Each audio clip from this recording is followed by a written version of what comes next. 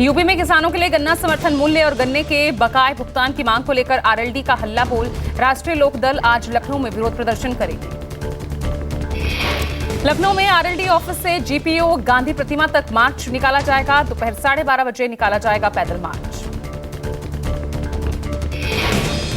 गन्ने के बकाए भुगतान को 14 दिनों के अंदर ब्याज सहित देने की मांग कर रही है आरएलडी की मांग है कि स्वामीनाथन आयोग की सिफारिशों के आधार पर गन्ने का मूल्य तय किया जाए। मिशन 24 के लिए बीजेपी ने कमर कसी। बंगाल में आज बीजेपी के दिग्गजों का मंथन। बंगाल में मौजूद हैं अमित शाह और जेपी नड्डा। केंद्रीय गृह मंत्री अमित शाह और जेपी नड्डा आज संगठन की बैठक लेंगे। दोपहर 1 बजे होगी बीजेपी की बड़ी बैठक। शाम 4:30 बजे अमित शाह और JP Nadda Alipur national library में सोशल मीडिया वॉलंटियर की मीटिंग में शामिल होंगे। शाम को एक बार फिर संगठन की होगी बैठक। कांग्रेस महासचिव जयराम रमेश ने कहा कि 2024 में बीजेपी की हार सुनिश्चित करने के लिए इंडिया गठबंधन में सीट शेयरिंग जल्द से जल्द हो। 28 दिसंबर को नागपुर में कांग्रेस अपना स्थापना दिवस मनाएगी। इंडिया गठबंधन में प्रकाश अंबेडकर की वंचित बहुजन आघाड़ी के शामिल होने की तस्वीर आज साफ होगी। प्रकाश अंबेडकर ने बुलाई पार्टी मीटिंग। कहा फैसला नहीं हुआ तो महाराष्ट्र की 48 सीटों पर लड़ेंगे चुनाव। उपराष्ट्रपति और राज्यसभा सभापति जगदीप धनखड़ के न्योते का कांग्रेस अध्यक्ष खड़गे ने भेजा जवाब। दिल्ली से बाहर होने का दिया हवाला। सांसदों के निलंबन को बताया पूर्व नियोजित। दिल्ली के प्रगति मैदान में वीर बाल दिवस कार्यक्रम। भारत मंडपम में हो रहे कार्यक्रम में पीएम मोदी भी मौजूद। वीर बाल दिवस गुरु गोविंद सिंह के बेटों की शहादत की याद में मनाया जाता है। मोदी सरकार ने आज का दिन वीर बाल दिवस मनाने की घोषणा की थी। मंडपम में चल रहे कार्यक्रम में प्रधानमंत्री नरेंद्र मोदी के अलावा केंद्रीय मंत्री स्मृति ईरानी और अनुराग ठाकुर भी मौजूद। वीर बाल दिवस के कार्यक्रम में पीएम मोदी ने कहा देश वीर साहिबजादों को याद कर रहा है। देश वीरों से प्रेरणा ले रहा है। पीएम मोदी ने कहा आने वाली पीढ़ियों को साहिबजादों की वीरता की याद दिलाना बेहद जरूरी है। शौर्य की पराकाष्ठा के आगे उम्र मायने नहीं रखती। पीएम मोदी ने कहा अपने लिए जीने के बजाय इस मिट्टी के लिए मरना जरूरी समझा। हमें अपनी विरासत का सम्मान करना चाहिए।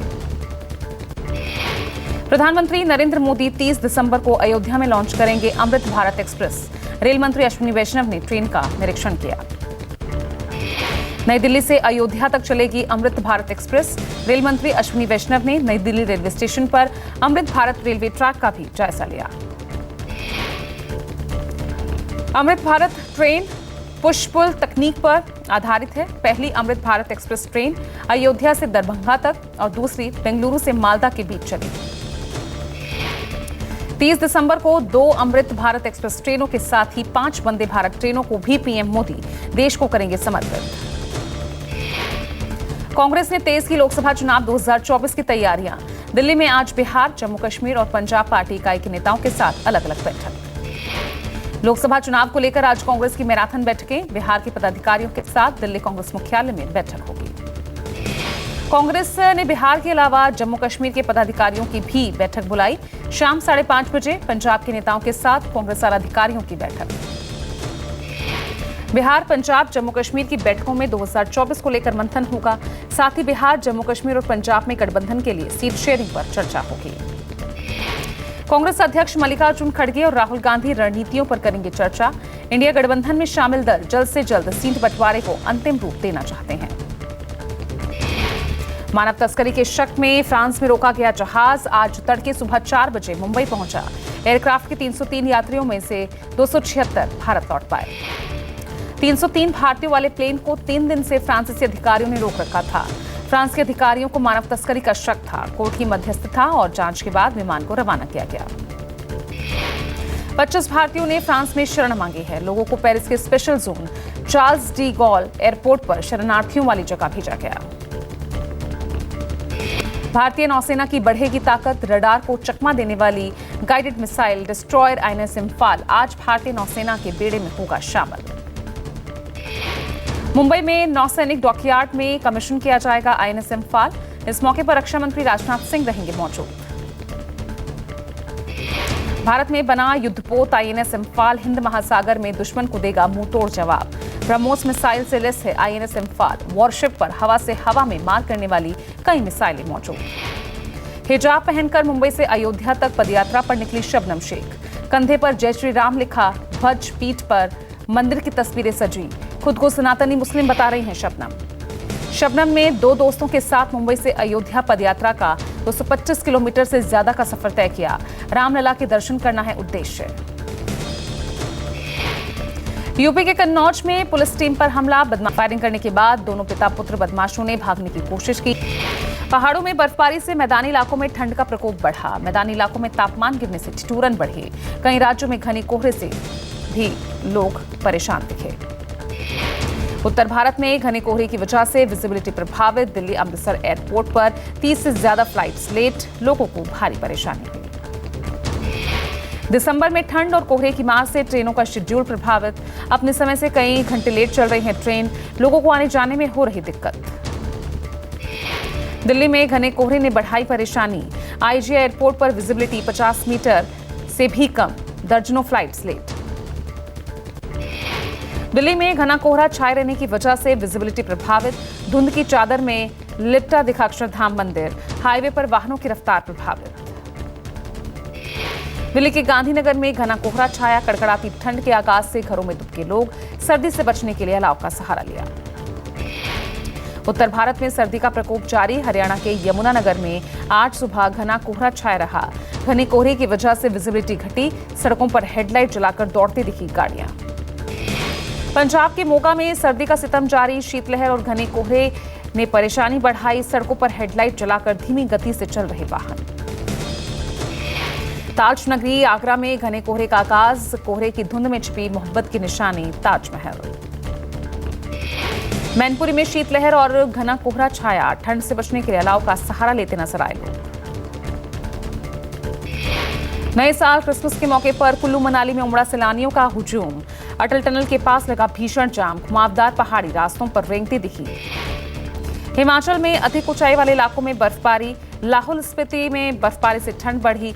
मौसम विभाग ने मौसम के शुष्क बने रहने की जताई संभावना। उत्तराखंड में पहाड़ों की ऊंची चोटियों पर बर्फबारी की संभावना बढ़ी। कड़ाके की ठंड और कोहरे के बीच सर्दी से बचने के लिए अलाव का सहारा ले रहे लोग। जम्मू कश्मीर के कई जिलों में तापमान -डिग्री में। कड़ाके की ठंड में जल स्रोतों का जमना जारी है। हिमाचल प्रदेश की राजधानी शिमला में विंटर कार्निवाल की धूम। कार्निवाल और क्रिसमस की शाम सोमवार को हजारों की तादाद में जुटे नजर आए लोग। हिमाचल प्रदेश के कुल्लू मनाली में भी क्रिसमस और न्यू ईयर की खुमारी का दिख रहा रंग। सोमवार को क्रिसमस इवनिंग पर मॉल रोड पर लोग जश्न मनाते नजर आए। हिमाचल प्रदेश के लाहौल स्पीति में चंद्रा नदी की तेज लहरों को खतरनाक तरीके से पार करने का वीडियो वायरल।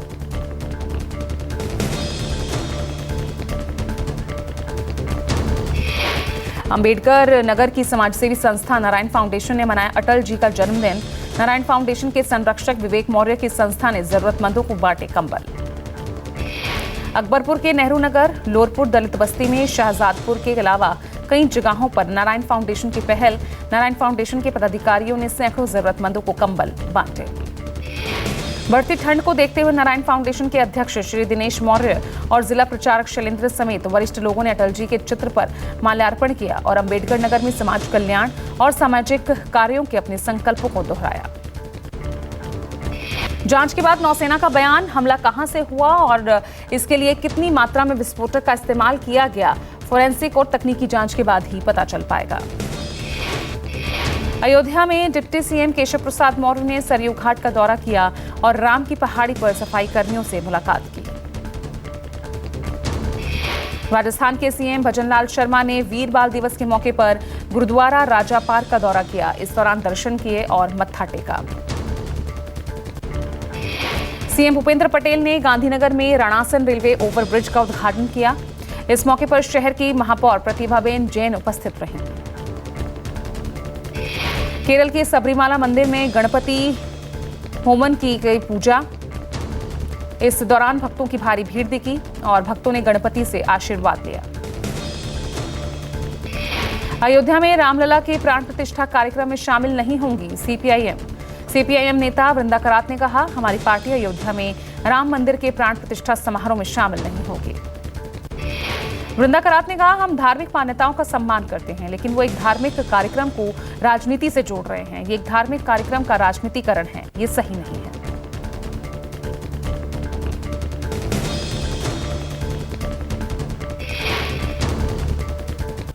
भावनाओं की हम पूरे कदर करते हैं और पूरे देश में एक धार्मिक भावना होती है, उसका भी हम कदर करते हैं।